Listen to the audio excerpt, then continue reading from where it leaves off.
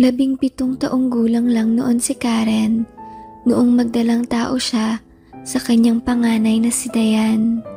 Si Karen at Julius ay magnobyo na simula 3rd year high school kung saan sila magkaklase rin. Dahil sa tumira na siya sa isang boarding house noong mag-aral na siya sa kolehiyo. Kaya naman palagi na silang may pagkakataon na magsulo. Madalas naroon siya natutulog sa boarding house ni Julius. Dahil sa mga bata pa at nasa edad ng kainitan, kaya't hindi nila naiisip ang maaaring kahihinatnan ng kanilang ginagawang madalas na pagdidigmaan. May mga kakilala naman silang madalas din nagsasanib pero hindi naman nakabubuo. Kaya iniisip nila maaaring ganun din sa kanila. Lalo na't 6 na buwan na nilang ginagawa madalas yon. At hindi pa rin nabubuntis si Karen.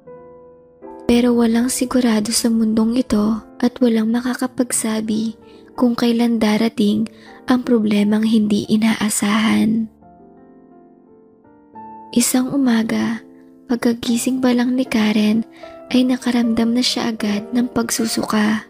Kaya dali-dali siyang tumakbo patungo sa banyo upang sumuka. Hindi niya alam kung anong nangyayari sa kanya.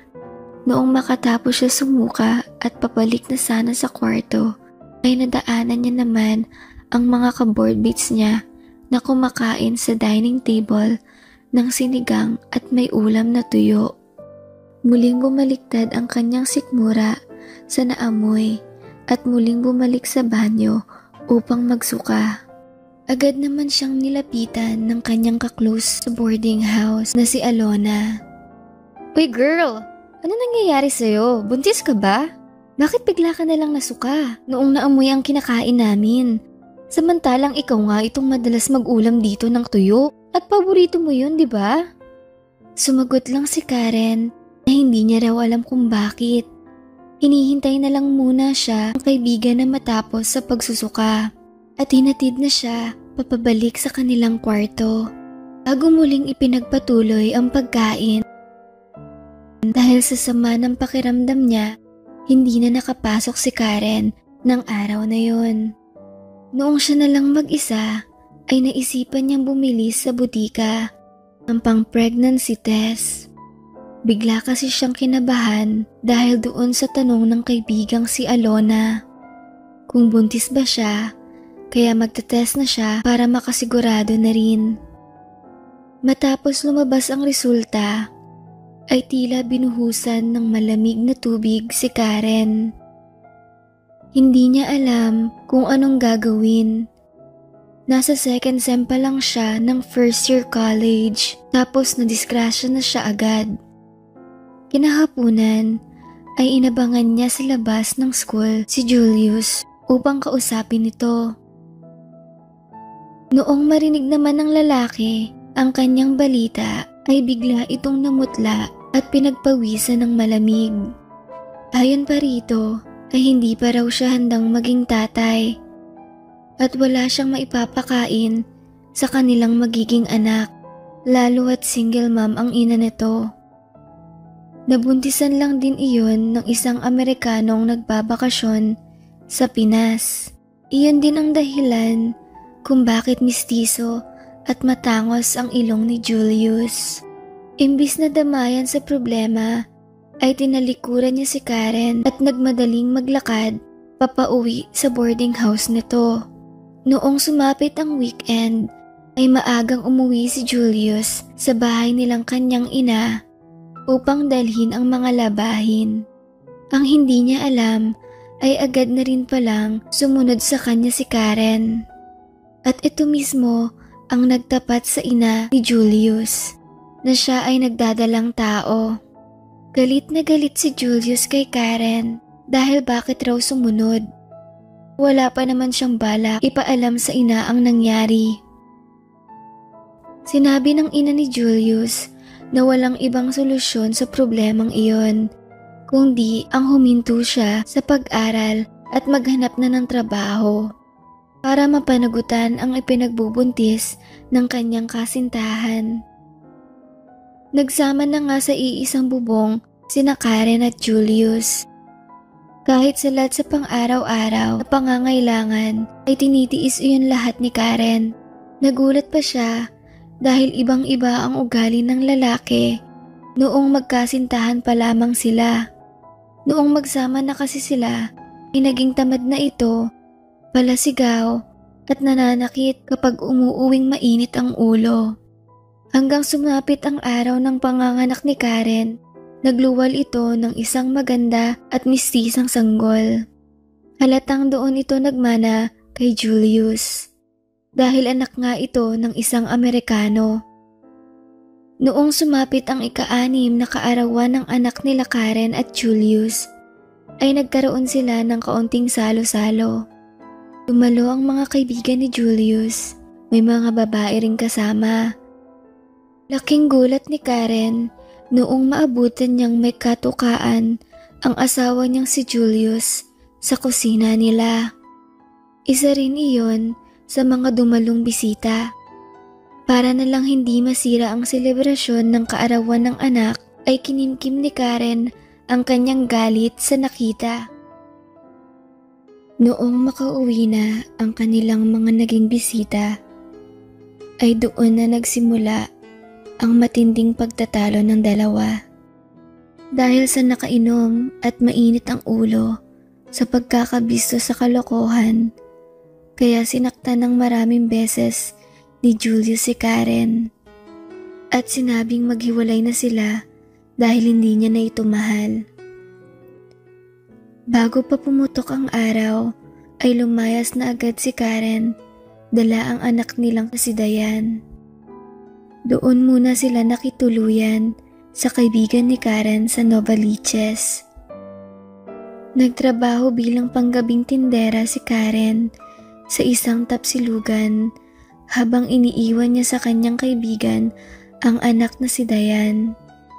Hindi naglaon ay dumami pa ang mga naging kaibigan ni Karen at madalas na rin siyang naaaya sa mga party gimmick at kung minsan ay sa sugal. Kampante naman siyang walang mangyayaring masama sa anak niya dahil doon niya naman iniwan sa bahay ng kanyang kaibigan na ninang din ng bata. Hanggang sa may nakilala si Karen na isang matinong lalaki, isa iyong bisor ng isang kumpanya. Sa ganda at hubog ng katawan ni Karen, hindi ito mapagkakamalang may 17 taong gulang na anak na dalaga. Kung kaya naman, unang kita pa lang sa kanya ng lalaking si Christian, ay agad na itong nahumaling sa kanya. Kinuha ang kanyang number at kinagabihan ay nagsimula na itong mag-text. Wala na sa isip ni Karen ang mag-asawa pang muli dahil na-trauma na siya sa kanyang pinagdaanan kay Julius na siyang tunay na ama ni Dayan. Pero dahil sa kabaitang ipinapakita ni Christian, hindi na rin napigilan pa ni Karen na mahulog ang kanyang loob dito. Dinadala siya madalas ni Christian sa mga mamahaling kainan at ipinapasyal rin siya sa iba't ibang lugar kapag sahod at bonus nito. Noong una ay hindi niya muna sinabing may anak na siya. Ang sinabi niya lang na hiwalay na siya sa boyfriend niya. Noong makilala na nga ng lubusan ni Karen si Christian, ay sinagot niya na ito. Pero bago niya yun ginawa, ay sinabi niya na rin na may anak na siyang dalaga at tinanong na rin kung matatanggap ba niya ito kahit isa siyang single mom. Sabi naman ng lalaki na oo naman. Handa siyang tanggapin si Karen kahit ano pa ang naging nakaraan nito. Kaya naman, tuwang-tuwa si Karen at naisip niya na si Christian na nga talaga siguro ang lalaking nakatadhana para sa kanya. Magmula noong sagutin niya si Christian, ay madalas niya na rin itong papuntahin sa bahay na kanilang tinutuluyan para makilala ng kanyang anak na si Dayan. Noong una ay naiilang pa ang dalaga, pero hindi naglaon ay naging magaan na rin ang loob nito kay Christian. Dahil napakamaginoo nito at mahinhin lang din kung kumilos.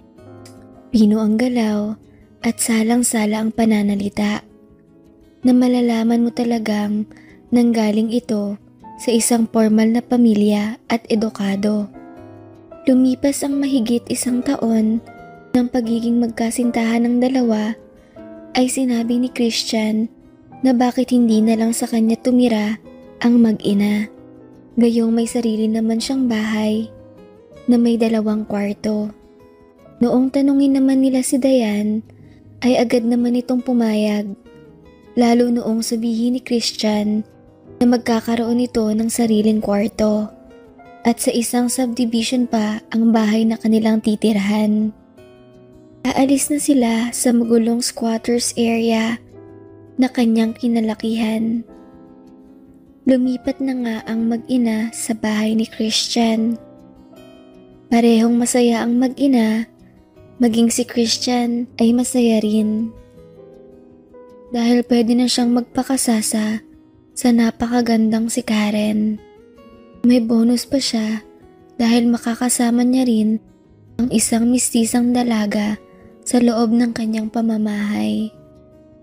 Sa edad na 17 ay nasa 5'7" ang height ni Dayan.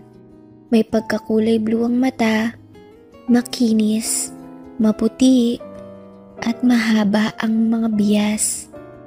Mukhang namanan niya talaga ang lahat ng magagandang katangian sa kanyang lolo na purong dugong Amerikano.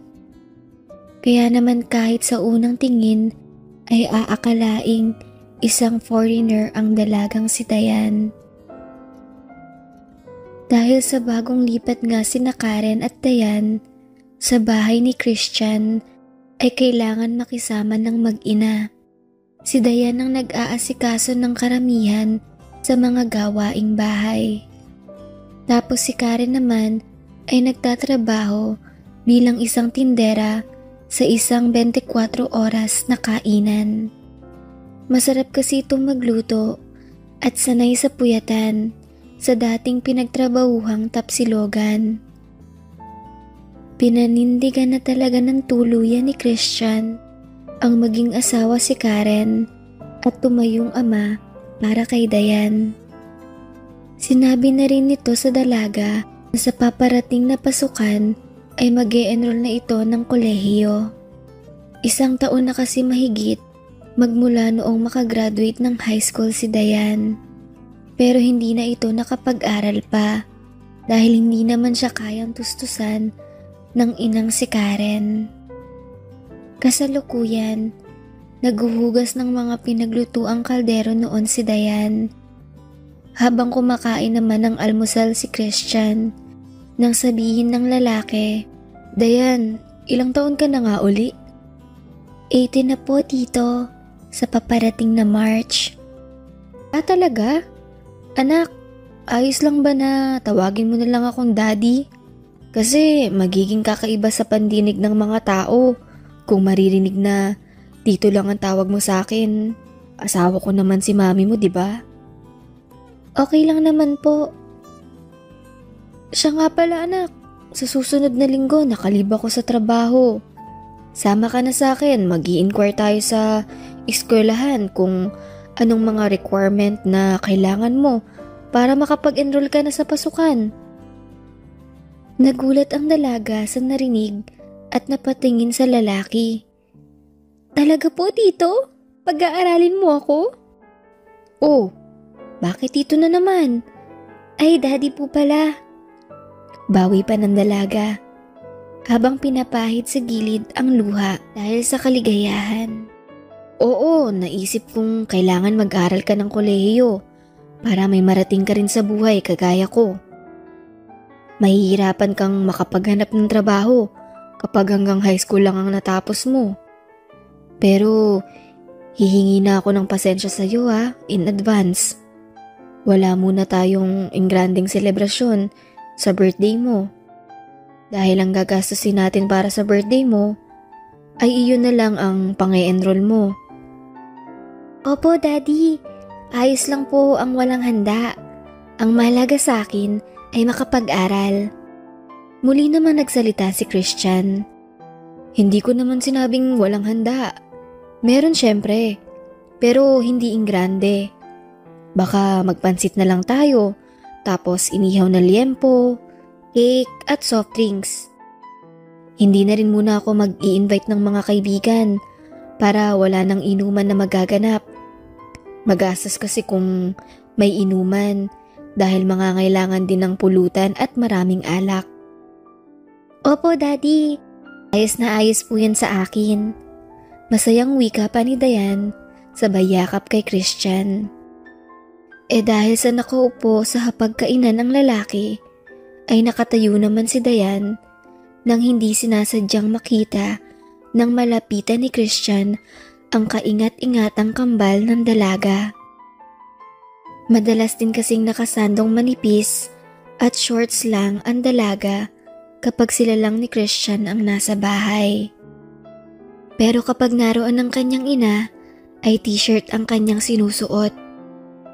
Dahil sa pagkakadikit ng katawan ng dalaga kay Christian, nabuhay lahat ng sensasyon sa katawan ng lalaki. Nakalimutan niyang anak-anakan niya ang kanyang kaharap. Noong matauhan ay sinabi niya lang na, "Anak, sige na, tapusin mo na ang ginagawa mo dyan para makapagpahinga ka na. Ako naman ay matutulog muna para makabawi ng pagpapahinga. Anong oras ba darating si mami mo?" Sumagot naman si Dayan. "Dapat po ay nandito na yon. Madalas 7:30 to 8 a.m. ay narito na siya." Baka na traffic lang o baka wala pa ang kapalitan niyang tagaluto," sagot pa ni Christian. At ipinagpatuloy na ang kanyang pagkain. Habang kumakain, ay nakatutok ang kanyang mga mata sa likurang asset ni Dayan, lalo na sa napaka-perpektong kurba ng balakang nito. Malapad kasi iyon at may maliit na bewang. Mababanaag din ang pagiging sobrang puti ng mga mahahabang hita nito. Hanggang sa tuluyan na ngang magliyab ang katawan ni Christian dahil sa kanyang nakikita. Kaya naman dali-dali niya nang tinapos ang kinakain at nagpaalam na kay Dayan na papasok na sa silid. Inisip na lang ni Christian na hinihintay niya na lang ang pagdating ni Karen at doon niya ibubuhos ang init na kanyang nararamdaman. Pasado 9:00, noong dumating si Karen, inalapag lang ang dalang ulam sa lamesa, tapos naghugas na ng katawan tsaka pumasok sa silid nila. Agad namang nagising sa kanyang pag-idlip si Christian. Kaya nung humiga ang asawa, ay sinimulan niya na itong lambingin. Para sana makasampa, kahit isang beses man lang bago iyon matulog. Pero galit siya nitong pinagtulakan at sinabing pagod at puyat na nga siya sa trabaho tapos gagamitin pa pagka-uwi. Dahil sa pagkapahiya ay hindi na lang ito pinilit ni Christian.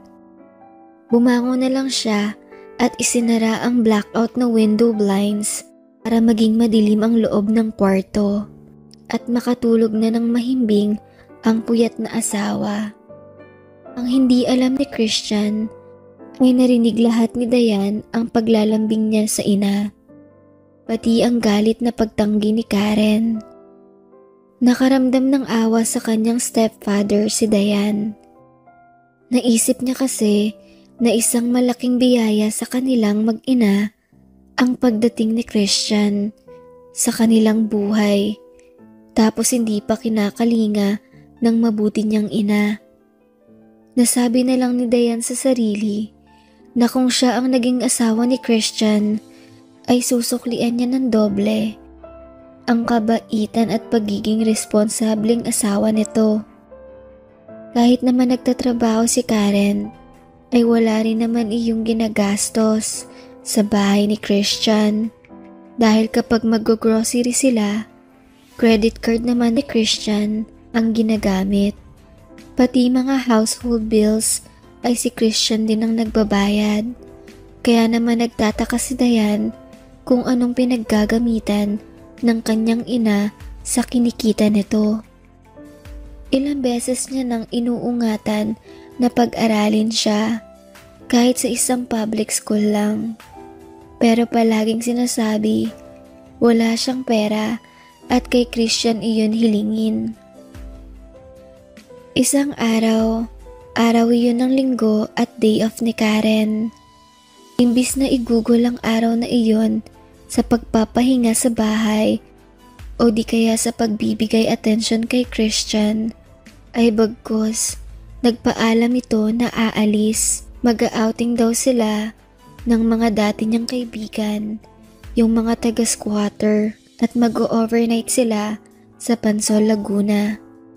Binilinan niya si Christian na huwag papayagan si Dayan kung sakaling magpapaalam na aalis para mamasyal. Mahirap na, baka raw makipag-date lang kung kani-kanino.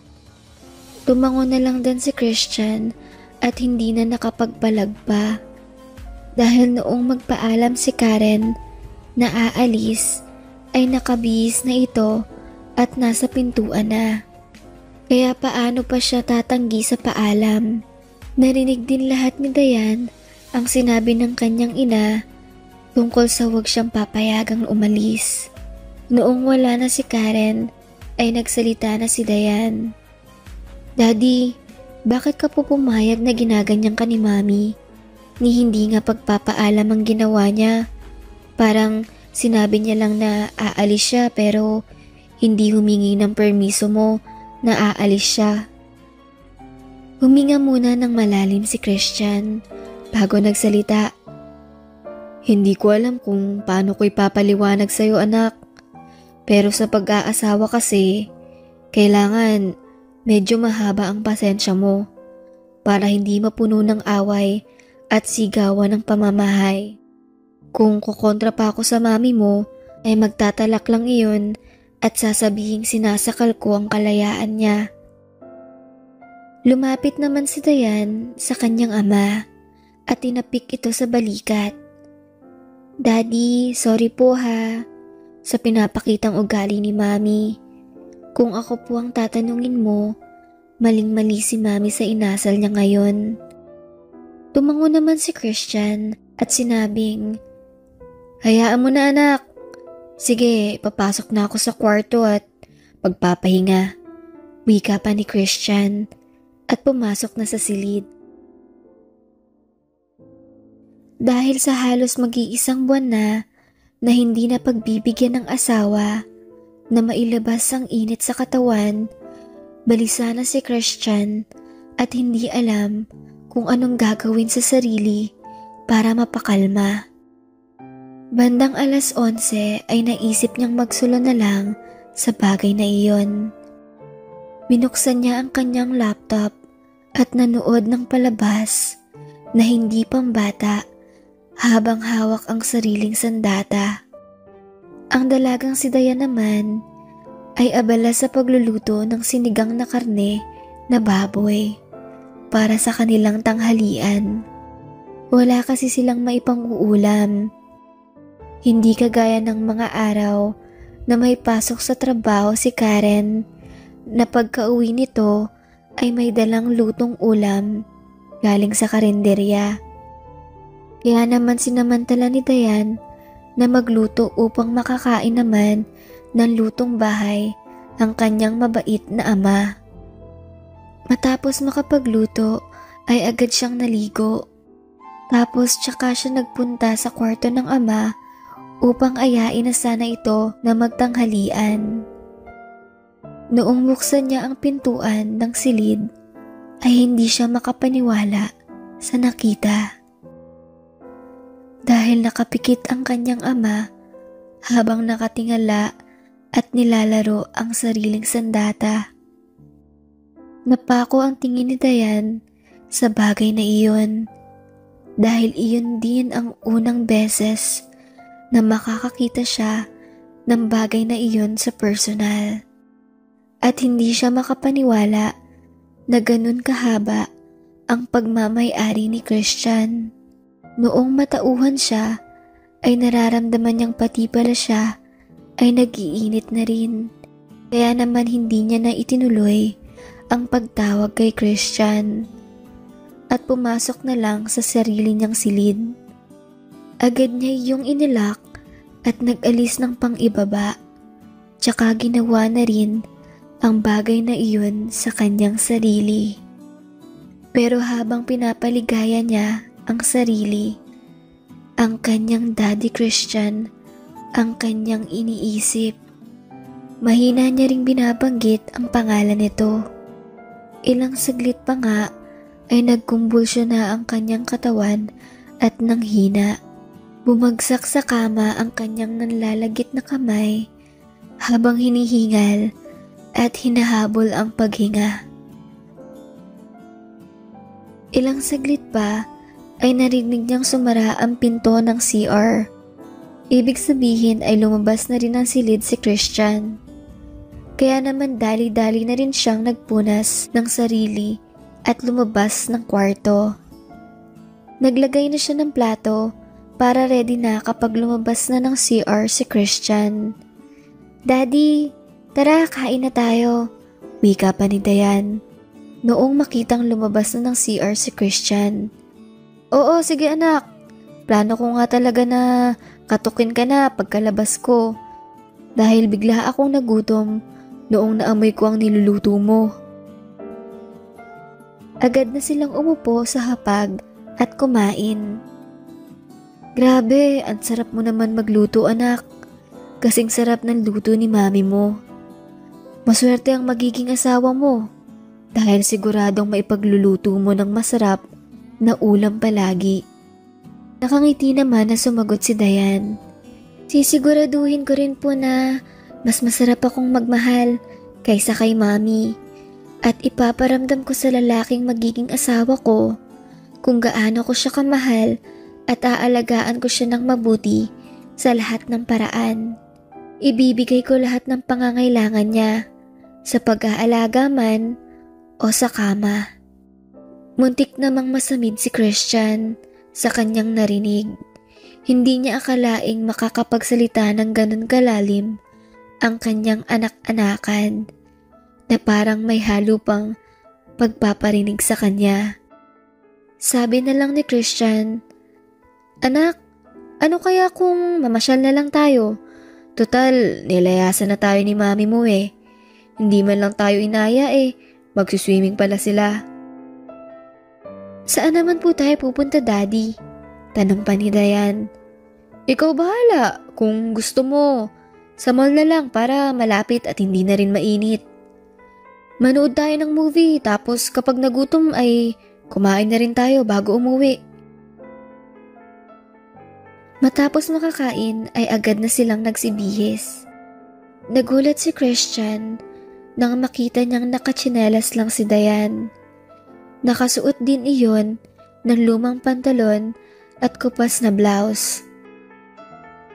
"Anak, kailan ka huling binilan ng mga damit ng mami mo? Hindi niya po ako binibilhan kahit na may naiitabi akong pera mula sa sinasahod ko sa pagbabantay po ng tindahan sa kapitbahay. Pero bumili po ako ng damit ko sa ukay-ukay. Ito na po ang pinakamatino kong damit." Malungkot na wika pa ng dalaga. Nahabag naman si Christian sa narinig. "Sige, hayaan mo. Mamili na rin tayo ng mga damit mo bago tayo manood ng sine. Maaga pa naman." Umalis na nga sila ng bahay sakay ng kotse ni Christian. Pagkarating sa SM ay diretso na agad sila sa department store. Kumuha si Christian ng mga damit, pantalon at blouse. Isinukat iyon ni Dayan sa fitting room. Nagulat naman si Christian dahil isinama siya ni Dayan sa loob ng fitting room. Kaya para hindi naman maging sobrang awkward ang dating, ay tumalikod na lang siya kapag naghuhubad ng pang-itaas ang dalaga. Makikitang walang mali siya sa dalaga ang kanyang pagbibihis sa harap ni Christian. Matapos makapamili ng damit, ay binilhan din iyon ni Christian ng sapatos at sandal na pang-casual. Noong matapos silang makapamili, ay inilagay na muna ni lahat ng iyon sa kotse para wala silang bitbit pagpasok ng sinehan. Pagkalagay ng mga pinamili sa kotse, ay mabilis niyakap ni Dayan si Christian.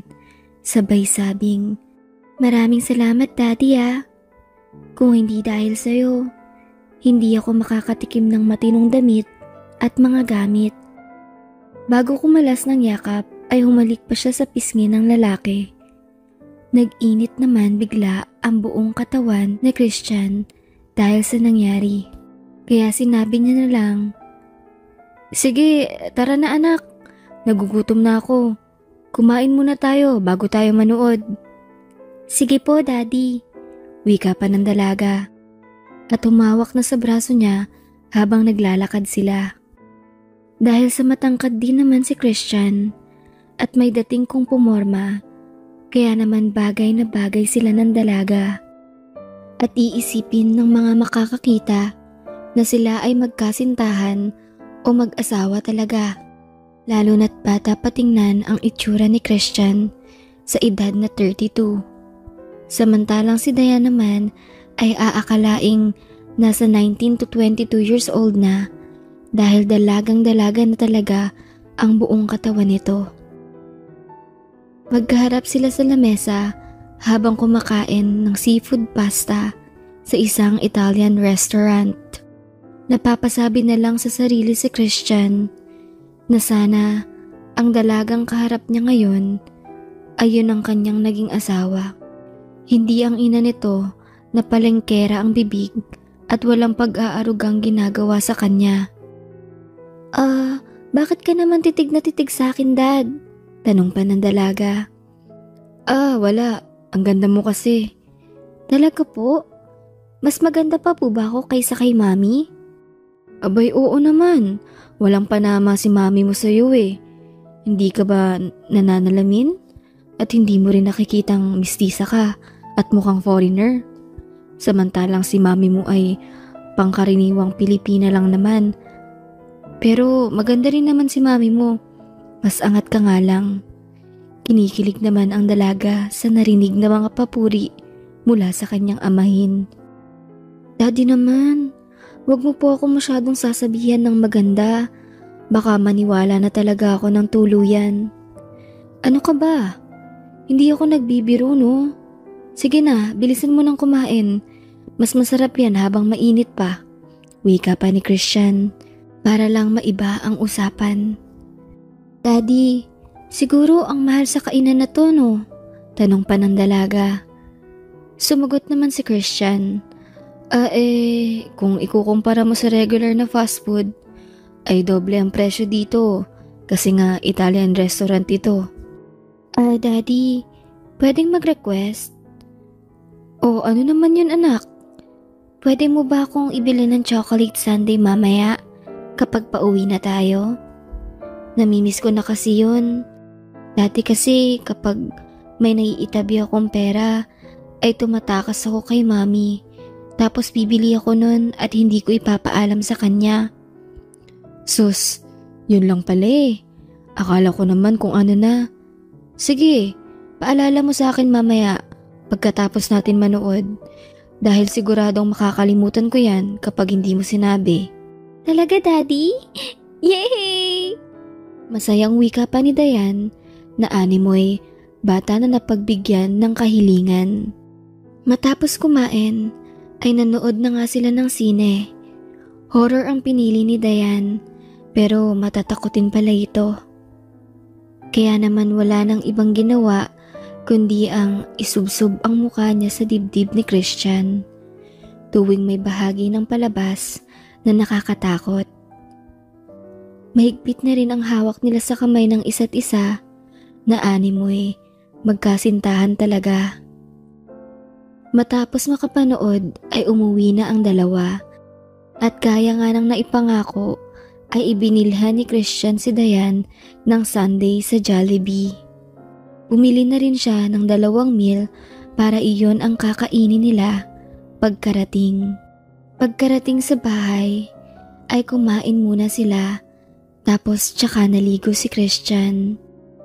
Si Dayan naman ay naroroon na sa kanyang silid, abala sa paglalabas ng mga damit na pinamili para sa kanya.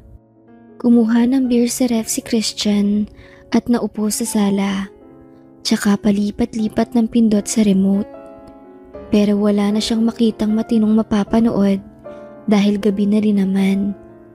Kaya pinatay niya na lang ang TV at nagpatugtog na lang sa karaoke, pero mahina lang.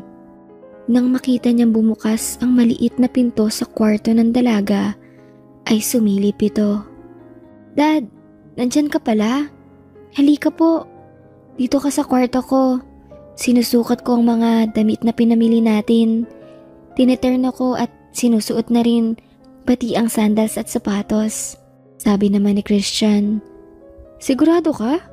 Okay lang sa'yo na nandyan ako sa loob?" "Opo naman, Dad. Bakit naman ako mag-iinarte? Ikaw nga, okay lang sa'yo na narito kami sa loob ng pamamahay mo. Samantalang wala akong kahit anong ambag at hindi mo rin ako kadugo." Mabilis na tumayo si Christian at sinabing, "Iba naman yun, anak eh." "Ano ka ba, Dad? Pareho lang yun." Pagpasok ni Christian sa loob ng silid, ay umupo siya sa kama nang nakapahiga sa mga nakapatong na unan. Hinubad ni Dayan ang suot niyang damit at sinukat ang isang blouse. Tapos walang ano-ano'y ibinaba ang suot na manipis na shorts at isinuot naman ang paldang maong na tinernuhan ng sandals na white. "Dad, maganda ba ang combination na ito?" Tanong pa ng dalaga habang nagpo-pose sa harapan ni Christian. Umikot pa siya at nakapamewang na animoy nakaharap sa kamera. "Oo, maganda sa'yo. Bagay, iba talaga ang dating na damit na fitted. Kapag maliit ang bewang at may malapad na balakang, no? Hulmang-hulma sa'yo eh." "Salamat, Dad," wika pa ni Dayan. Tapos muling hinubad ang suot. Noong dress na ang sinusuot, ay lumapit siya kay Christian sabay sabing, "Pakisipir naman po sa likod."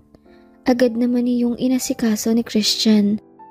Dahan-dahang hinila ang zipper habang nakadikit ang isang daliri niya sa balat ng likod ng dalaga. Napapapikit naman ang dalaga habang gumuguhit ang daliri ni Christian sa likod niya habang hinihila ang zipper. Doon napansin ni Christian na may kalawang ang hook ng bra na gamit ng dalaga at luma na rin talaga ang tela. Muling nagpose si Dayan sa harap niya. Walang ibang masabi si Christian kundi, "Wow, ang ganda anak. Bagay na bagay din yan sa'yo." Tapos noong muling hubarin ng dalaga ang dress, ay nakisuyo siya uli kay Christian upang hilahin ang zipper pa ibaba. Doon na sinabi ni Christian, "Anak, mukhang may nakalimutan tayo." "Ha? Ano po yun, Dad?" "Hindi tayo bumili ng panty at bra mo." Oo Dad. Naisip ko yun kanina. Kaso, nahihiya lang ako magsabi." "Ha? Bakit ka naman mahihiya eh? Diba sinabi ko naman na bibili natin ang mga kailangan mo. Hayaan mo, sa susunod na linggo bibili tayo ng tig-1 dosena. Ano bang size mo?" Tanong pa ni Christian. Umarap naman sa kanya ang dalaga at inalis nito ang hook sa likod. Tsaka tuluyang hinubad ang nakatakip sa kambal na bundok nito. Napalunok ng laway si Christian sa nakikita. Unang beses niya yung makita nang walang anong harang at malapit pa sa kanyang muka. Kinuha ni Dayan ang kamay ni Christian at ipinatong sa magkabilang kambal. "Okay lang yan, Dad. Huwag ka na pong mahiya. Kulang pa po yan sa kabayaran ng kabutihang pinapakita mo sa akin, pati na rin sa mga gastos mo. Hindi pa rin umiimik si Christian habang nagpapalipat-lipat ang tingin sa kambal at sa mata ni Dayan. Hindi siya makapaniwala na inoferan iyon ng kanyang anak-anakan. Huwag ka nang mahiya, Dad. Yan lang ang bonus na pwede kong ipagkaloob sa'yo. Kaya sana, huwag mo po akong ipahiya at tanggapin mo. Pagkasabi noon ng dalaga, ay agad na rin iyong umupo sa hita ni Christian nang nakapaharap. Ilang saglit pa, ay dahan-dahan na naglapat ang kanilang mga labi at pinagsaluhan ang mainit na halik. Dumaloy na rin ang init sa katawan ng lalaki na nararamdaman na rin ni Dayan. Alam niyang malaki ang pagkukulang ng kanyang ina pagdating sa usaping pagpapaligaya. Kaya ngayong gabi ay siya ang magpupuno ng pagkukulang na iyon.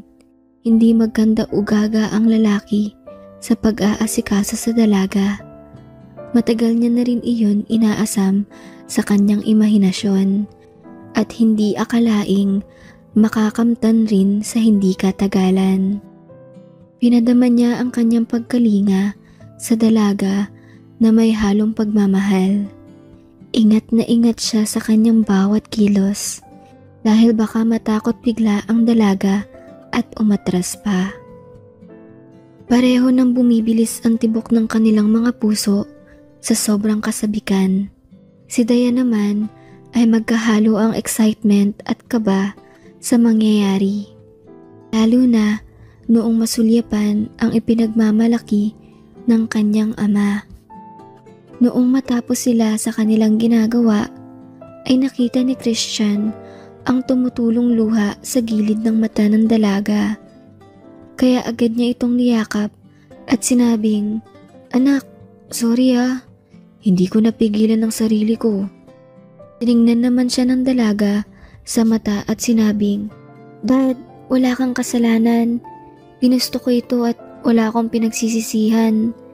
Nakita kitang pinapaligaya ang sarili mo, kaya nakaramdam ako ng awa sa'yo. Dahil 2 babae ang pinapakain mo at pinapatira sa iyong bahay pero wala man lang ni isa ang makapagbigay sa'yo ng iyong pangangailangan na pagkalinga. Kaya ako ang nagdesisyon na gawin ito, hindi ikaw." Bakit ka naiiyak? Hindi po yan luha ng pagsisisi. Luha yan dahil sa sakit. Pero ang sabi sa akin ng mga kaibigan ko dati na sa una lang daw yan masakit. Huwag ka pong mag-alala, Dad. Next time, hindi na ako iiyak at mas gagalingan ko pa. Ibig mong sabihin ay may next time pa ito? Opo, Dad, kung natanggapin mo ang bala ko. Kasi habang narito pa ako sa poder mo at binibigyan lahat ng pangangailangan ko, lalo na sa pag-aaral, patuloy din akong magbabayad sa'yo at walang ibang lalaking makakaangkin sa akin hanggat narito pa ako sa pamamahay mo. At kung magdidesisyon ka na patirahin ako dito habang buhay, di habang buhay ako sa'yo. Tila isang panaginip lahat nang narinig ni Christian mula kay Dayan. Paano si mami mo? Huwag ka pong mag-alala, hindi ito malalaman ni mami. Huwag mo na rin pong ipagpilitan ang sarili mo sa kanya kung ayaw niya sa'yo. Ako na ang pupuno ng mga pagkukulang niya. Matapos ang halos 1 oras na pag-uusap, ay muli nilang inulit ang bagay na iyon. Pasado 4:00 na ng madaling araw noong lumipat sa kwarto nilang mag-asawa si Christian. Baka kasi biglang dumating ng maaga si Karen at maaabutan siyang naroroon sa kwarto ng anak nitong dalaga at baka lalo pang magkagulo. Halos magtatanghali na noong dumating si Karen. Lasing na lasing pa ito at idinaan lang ng service nila sa labasan kaya ito nakauwi. Noong hinubad noon ang suot na pantalon, ay hindi alam ni Karen na gising si Christian dahil nagtulog-tulugan lang ito at nakita ng lalaki na walang suot panloob ang kanyang asawa. Napapaisip tuloy siya kung umalis ba talaga iyon na walang suot o hinubad yon nung nasa outing at nakalimutan ng suotin dahil sa kalisingan. Naulit pa ng maraming beses ang pag-overnight ni Karen sa ibang lugar kasama ang mga barkada. Napapansin na nila Christian at Diane na tila hindi na natutulog si Karen. Nanlalalim na rin ang mga mata nito. Hanggang sa isang araw, maagang umuwi si Karen sa bahay ni Christian. Agad itong naglagay ng mga damit sa isang bag.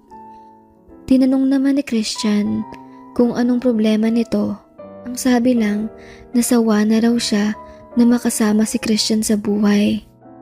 Si Christian na rin daw ang bahala sa anak niya dahil wala na siyang pakialam doon at wala na siyang obligasyon kay Diane lalo at 19 na taong gulang na ito.